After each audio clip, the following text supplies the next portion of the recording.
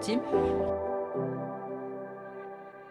María-José Echegaray et Raquel Losada, vous avez présenté MyLabs. Enfin, vous l'avez présenté, non, vous l'avez mise en œuvre. C'est donc pour combattre la solitude non voulue des personnes âgées.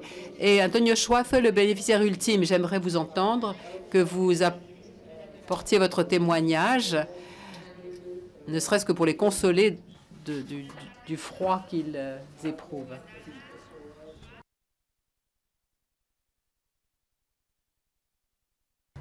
MyLabs veut vous remercier. Merci pour l'opportunité que vous nous offrez, la possibilité que vous nous donnez de présenter nos projets et vous raconter aussi ce que MyLabs représentait pour les personnes âgées qui l'ont connu et pour l'ensemble du territoire. Je ne sais pas si vous voyez le PowerPoint. Elle est projetée. Oui, pardon, je ne la voyais pas avec la lumière dans l'œil. Raquel, racontez-nous en quoi consistait, comment est-ce que MyLabs a vu le jour?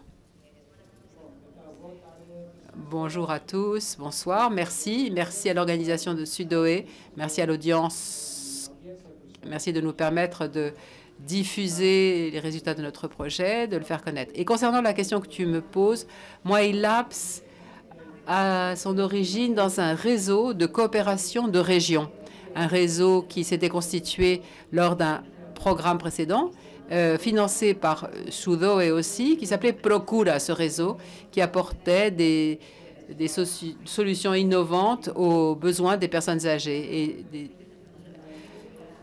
pour aborder des besoins quotidiens, de la vie quotidienne des personnes âgées, ce qu'on appelle ici les AVD, activités de la vie quotidienne, a vécu en l'occurrence, comment se lever, s'habiller, faire sa toilette, se recoucher.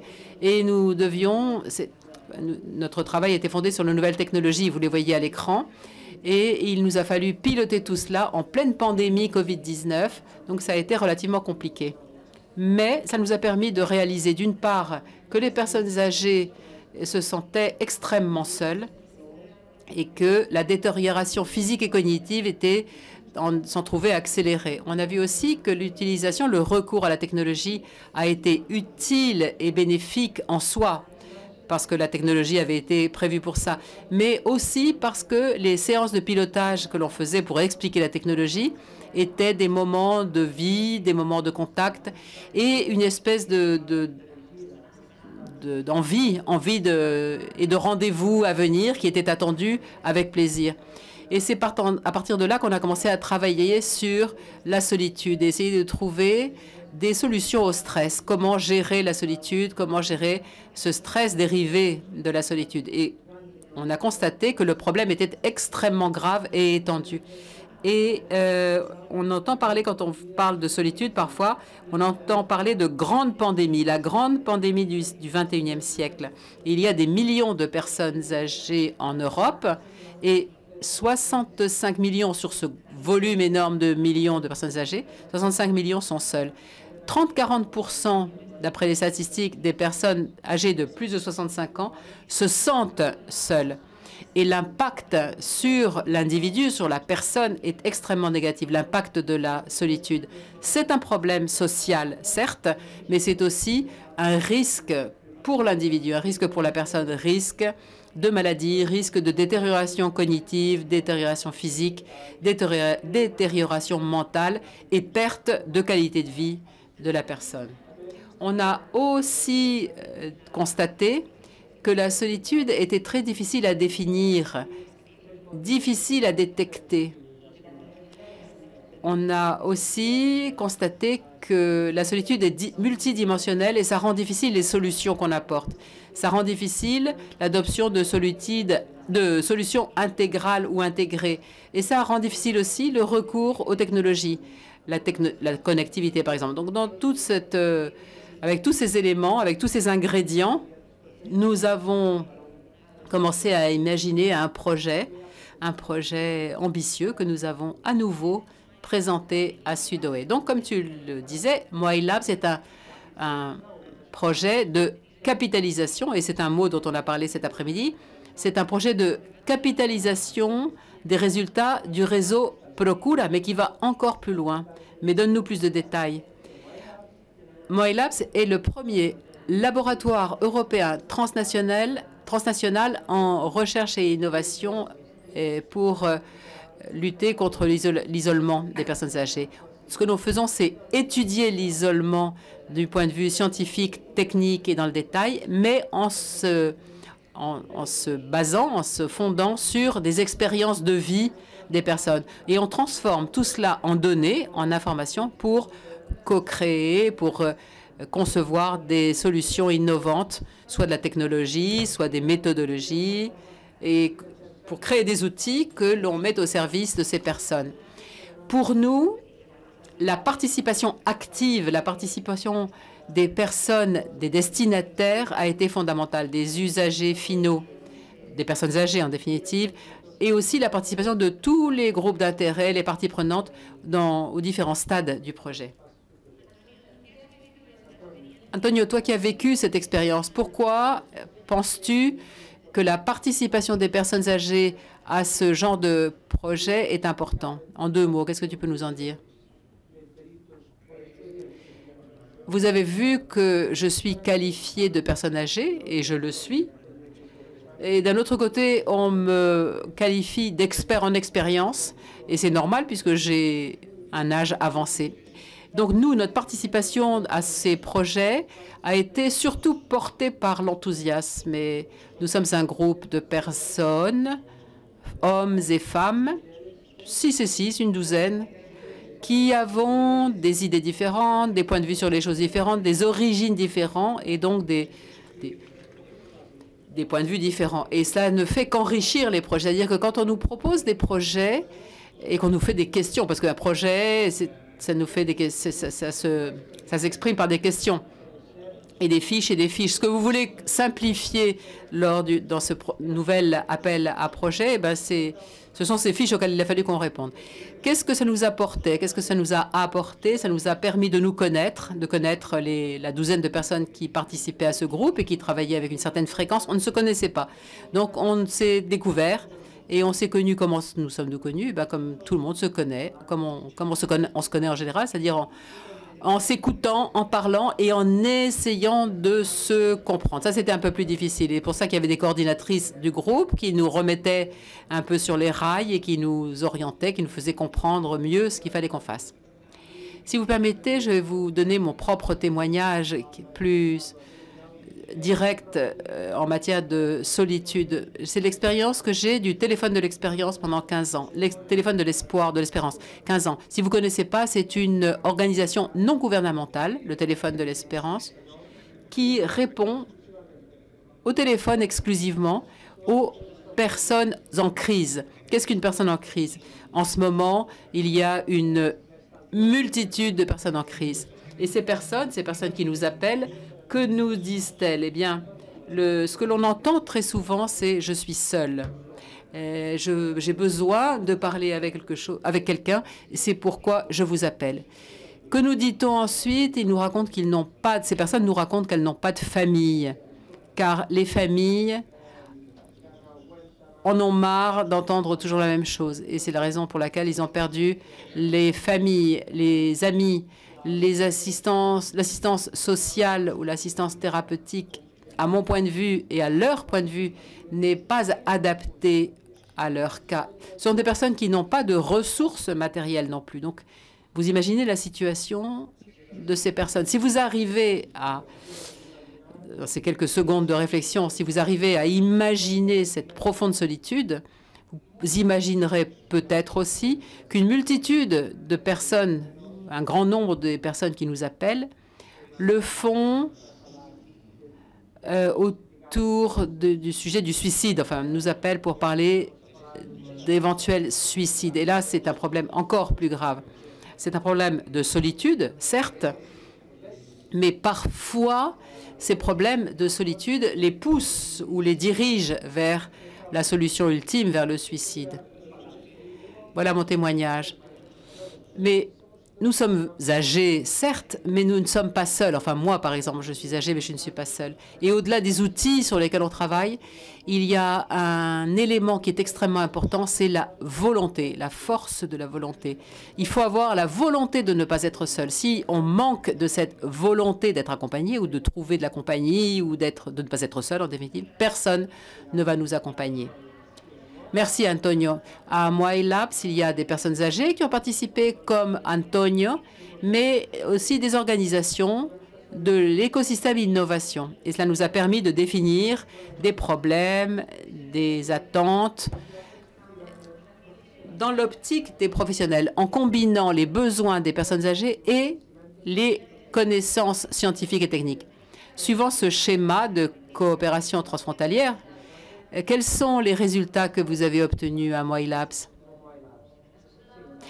Bien, parmi les premiers résultats, nous avons développé et piloté au sein de notre consortium un outil ramifié pour le screening et la détection de la solitude et pour pouvoir proposer des solutions ou des règles personnalisées visant à réduire ou à prévenir cette solitude. Au-delà de cet outil, on a lancé un appel public et ouvert pour que toutes les personnes qui le souhaiteraient présentent leur technologie pour répondre à ce qu'on appelle les enjeux Moai. Ce sont les enjeux qu'on avait détectés chez les usagers finaux.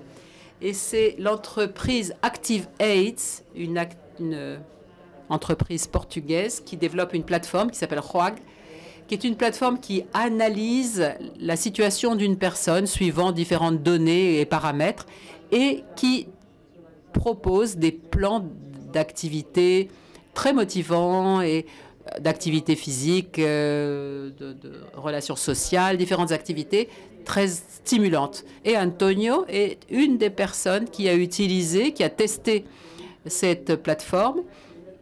Il a détecté des insuffisances ou des petites erreurs et je lui passe la parole pour qu'il nous en parle. Cet outil,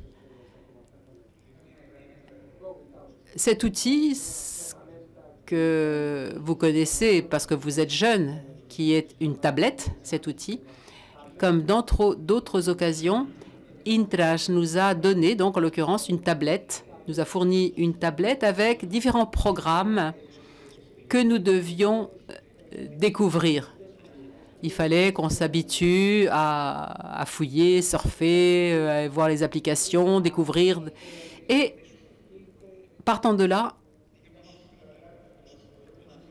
on essayait de traiter les problèmes. D'abord, j'ai découvert que dans la multitude ou dans la diversité des applications, j'ai découvert que toutes les applications ne sont pas utiles à tout le monde. Et ça, il faut qu'on en soit conscient. Certaines personnes sont plus enclines à certaines activités ou à certains programmes, et c'est ce qui nous arrive à nous aussi.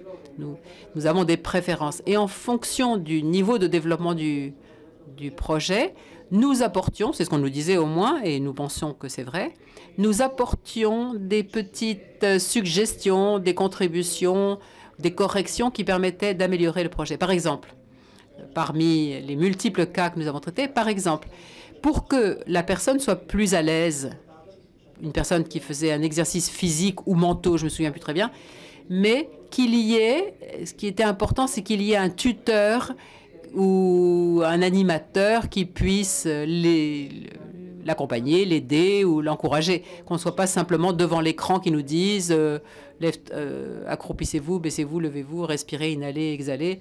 Voilà. Donc voilà ce que je peux en dire. Au-delà de ces résultats technologiques, vous avez obtenu d'autres résultats grâce à la coopération? Oui, je crois que l'impact sur les politiques publiques, sociales, l'impact sur toutes les instances qui travaillent dans le domaine de la solitude ont été importants. Un exemple, par exemple, pour nous, l'impact de Moai sur le plan stratégique sur la solitude non voulue et l'isolement social à la Junta de Castilla y León. Un autre impact, c'est l'autonomisation des personnes âgées. C'est moins tangible, mais il y a plus de 70 personnes âgées qui, pendant tout le cycle du projet, ont co-créé avec nous les solutions. Et qui ont été en quelque sorte des co-chercheurs qui ont travaillé au coude à coude avec notre équipe. Quel est le potentiel d'innovation de MOILab? Je pense qu'en soi, déjà, c'est une initiative innovante. Le fait d'avoir eu recours à la co-création, je pense que c'est très novateur. Et nous avons créé un Living Lab, 2 solutions ou 2 outils technologiques. On a accompagné une entreprise, une start-up. On a bénéficié de la participation très active de 400 entreprises sur tout le cycle du projet. Et on va adhérer à une initiative d'initiative technologique européenne pour la santé. Et nous appartenons aussi au Reference Site 4 étoiles du partenariat européen sur le vieillissement actif, salutaire ou en bonne santé de la Commission européenne, toujours dans le respect des critères transversaux du programme qui ont été très importants et permanents. Pour augmenter l'impact local de MOILab dans les différentes régions où nous avions des partenaires, des actions de sensibilisation ont été menées à l'échelle locale pour faire prendre conscience, pour que la société prenne conscience de la situation des personnes âgées qui souffrent en silence de cette solitude et pour faire connaître les résultats qui ont été obtenus grâce à la mise en œuvre du projet MOILab, pour faire connaître les solutions technologiques et les différentes ressources qui étaient à leur disposition. Dans ce sens, Antonio a été une des personnes qui a pris part à la semaine de la solitude, la semaine de lutte contre la solitude non voulue qui s'est tenue à Valladolid au mois de novembre. Qu'est-ce que tu nous racontes, Antonio? Une partie de cette expérience a eu lieu le dernier jour de cette semaine. Il y a eu une rencontre entre génération des enfants de 8 ans d'une école de Valladolid, dans ce cas-là, leurs parents, beaucoup de grands-parents et les professeurs. Et après, il y avait un animateur qui a fait très bien son travail. Il leur a posé une question. Alors, imaginez l'animateur par-ci, par-là, et vous des enfants, bon, vous ne lèveriez pas la main comme l'ont fait les enfants pour demander moi. Tous voulaient intervenir. Eh bien, qu'est-ce qui, à nous a semblé très, très intéressant? Eh bien, le besoin que nous avons tous d'être écoutés, interrogés, poser une question, être entendus et obtenir une réponse. C'est ce que nous faisions, on continue. Au téléphone de l'espoir, et d'un autre côté, ce dont ont besoin les personnes âgées. Ensuite, où réside la difficulté? Eh bien, qu'elles ne trouvent ni cette personne qui les écoute, ni quelqu'un qui leur donnerait une réponse. Mais le positif, c'est que là, nous avons une source entre générations de rencontres entre tous. Comme un échantillon de ce que vient de nous montrer Antonio, nous vous montrons une petite pilule informative des activités réalisées à Valladolid.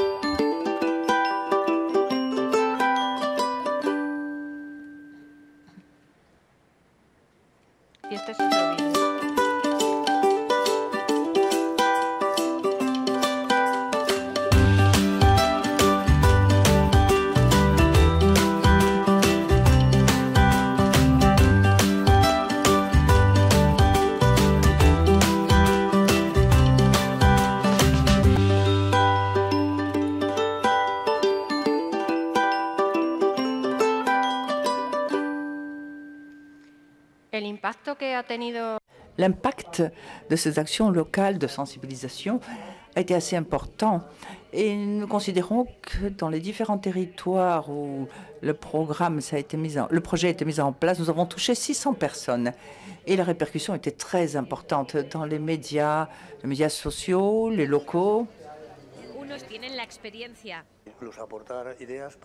et même apporter des idées pour la mobilité, pour le fonctionnement et d'autres les outils. Nous avons participé avec Fab Labs. Ils peuvent apprendre des outils qu'il y a. Ils n'ont pas d'âge. Ce qui est bon de ces outils, c'est que c'est tout leur processus de développement et leur mise au point. Les personnes âgées ont participé entre tous. Ils ont cherché une solution à la solitude non désirée. Il y a beaucoup de possibilités. Maintenant, plus encore avec les nouvelles technologies. Maintenant, plus encore. Mais très souvent, nous ne savons pas. Nous restons fermés chez nous. Ils nous disaient, d'abord, il faut que tu veuilles sortir de cette situation. Après avoir vu l'impact que nous avons eu, l'échelle locale, comment assurons-nous l'impact de MOILAB au niveau national? Eh bien, au mois de novembre dernier, à Valladolid, nous avons vécu un atelier qui a eu comme titre Initiative nationale de lutte contre la solitude non souhaitée. Et pour nous, c'était un premier pas pour établir une ligne de coopération stable avec des initiatives importantes nationales des territoires partenaires. Et ces initiatives nationales ont été l'Observatoire de l'État contre la solitude non souhaitée, avec la fondation ONCE en tête, le projet Mona Lisa, c'est le ministère de Solidarité en France, et le projet Portace au Portugal. Et en ce moment, nous terminons un document de consensus pour partager et transférer les connaissances, les résultats appris entre tous. Et notre démo dont parlait tout à l'heure Maria del Carmen, c'est la durabilité. Comment allons-nous garantir la durabilité du laboratoire Moai et l'impact? Eh bien, nous avons prévu augmenter la coopération internationale dans peu de temps à travers ces initiatives dont nous avons parlé, Health Care, et une présence plus active dans d'autres forums européens, des initiatives. Et nous voulons continuer à essaimer les résultats de Procura sur des plateformes, des rencontres, des réseaux et dans la présentation de nouveaux projets, bien sûr. Nous aimerions souligner une citation d'une phrase de Becker, le poète. « La solitude est très belle quand on a quelqu'un à qui le raconter. » En plus,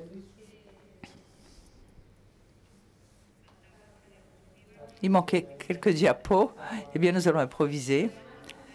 Nous aimerions dire que nous avions une très jolie photo.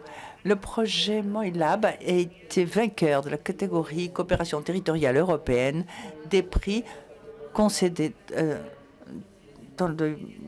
prix annuellement par le ministère des Finances et des Fonds publics. Coopérer est entre vos mains. La coopération est entre vos mains. Donc, maintenant, à toi, la question, comme personne qui a géré ce projet, depuis ton expérience, raconte-nous une anecdote d'un moment important de la coopération du projet. C'est dommage, nous avions une très belle photo sur les diapositives qui manque. Eh bien, le succès que nous avons atteint pendant les activités de prise de conscience et de sensibilisation à l'échelle locale nous a permis de penser à organiser le dernier événement en touchant les authentiques bénéficiaires de ce projet, qui sont les personnes âgées et la société en général.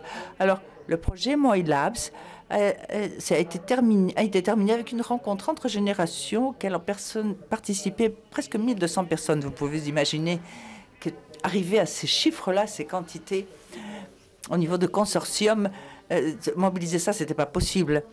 Mais cela ne peut pas être obtenu si ce n'est à travers la coopération avec tous les agents impliqués autour de nous. L'objectif de cet événement était de montrer les résultats du projet, sensibiliser, démontrer l'importance et la valeur qu'a la communauté dans la lutte contre la solitude, la solidarité entre voisins, et encourager l'apprentissage de ces leçons parmi les nouvelles générations. Les enfants qui sont l'avenir de la société au bout du compte. Cela n'aurait pas été possible s'il n'y avait pas eu une collaboration de 4 écoles, 4 collèges de Valladolid qui ont mobilisé 550 enfants et 50 professeurs et la coopération de la mairie de Valladolid à travers ces centres de personnes âgées qui ont mobilisé presque 600 personnes. Sans cette coopération, la rencontre entre générations de la semaine dernière n'aurait pas été possible. Et cela n'aurait été qu'une organisation d'un événement final beaucoup plus petit, sans impact. Ils n'auront pas pu apporter à la société ce petit grain de sable que nous pensons que Moai Labs apporte grâce à tous les résultats que le projet Moai et le programme Sudoe nous avons obtenus. Merci beaucoup, Raquel, Antonio. Nous sommes à votre disposition.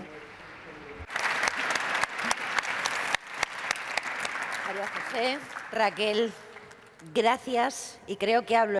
Merci, merci. Je crois que je parle au nom de tous.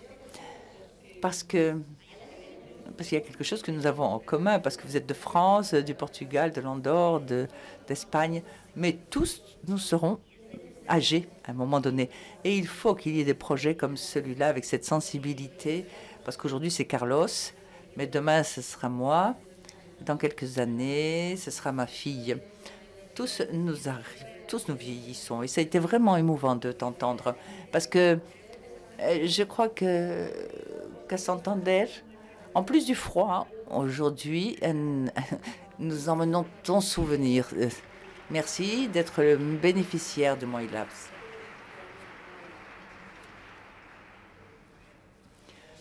Permettez-moi de dire quelques mots. La première fois que je suis venue à Santander, je suis venue pensionnaire. Mes parents avaient un restaurant à Valladolid et il n'y avait pas de place pour que j'étudie. Et à l'âge de 12 ans, j'étais envoyée ici en pension.